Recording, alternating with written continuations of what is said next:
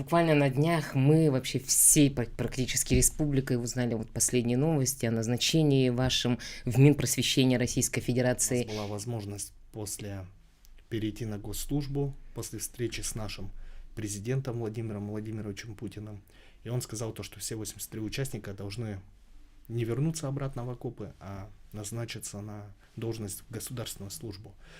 И в этот момент мы сами выбирали, куда мы хотим назначиться. И я долго не думая выбрал республику. И когда я уже здесь находился, все время я думал, вот всю жизнь где-то я был вне республики. Ну, понятно, школьником тут обучился. И мечтала, вот она, мечта моя осуществилась. Наконец-то я на родине. И тут это предложение. Ну, сожалеть нельзя, надо идти вперед. Тем более такие возможности, когда двери открываются, в них надо входить.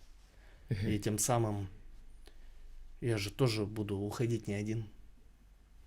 Брать, предлагать ребятам. Тут очень много ребят у нас инициативных.